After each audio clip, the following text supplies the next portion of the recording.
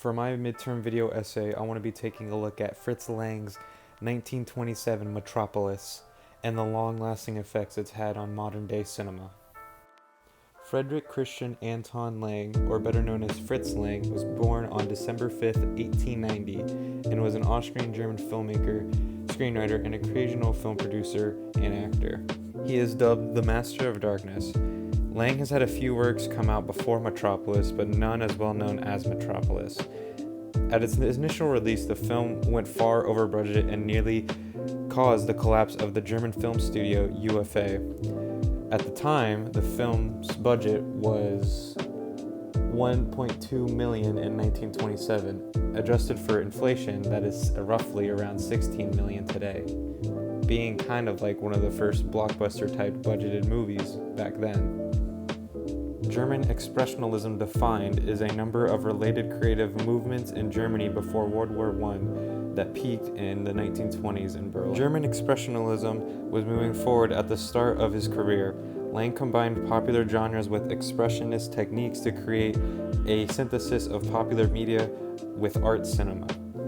Metropolis is an influential German science fiction film that presents a highly stylized futuristic city where a beautiful and cultural utopia exists above a bleak underworld populated by mistreated workers.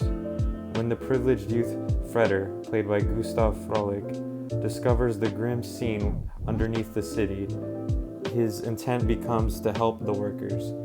He befriends the rebellious teacher, Maria, but this puts him at odds with his authoritative father, leading to greater conflict. Even though today we are talking about its influences on the modern world, it had a lot of influences on itself back then during its creation. The film itself had biblical mythology, German mythology, Marxist themes, and even the Frankenstein theme, all wrapped in a visionary science fiction fantasy world. Lang had cemented himself in history with his films M and Metropolis, both considered first in their respective genres, M the first serial killer horror, and Metropolis being the first sci-fi or science fiction.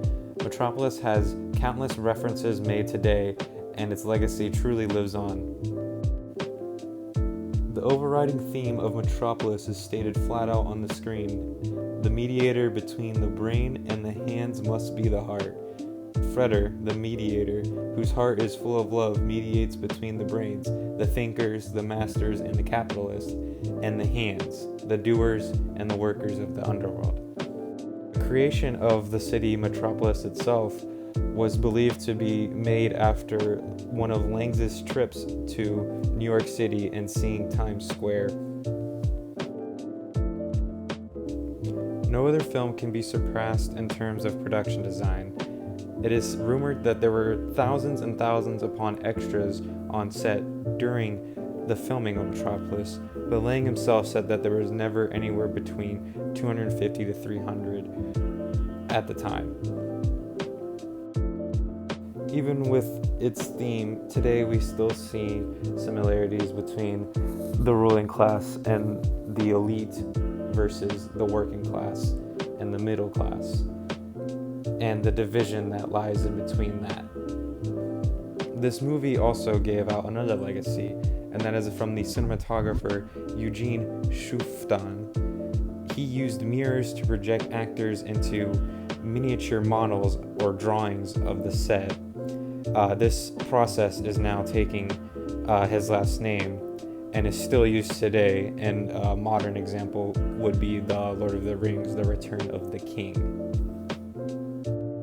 Fritz Lang's style in this film has had many different types of influence on modern-day pop culture, including the design for C-3PO, The Matrix. Different types of musicians / music videos have used his style from this film. The mad scientist trope is associated heavily with this film. Tim Burton's type of film style, especially in the Batman films he has made. Dark City and the Hudsucker Proxy, Brazil, and Blade Runner are all films that could be used as an example of the influence of this film, Metropolis.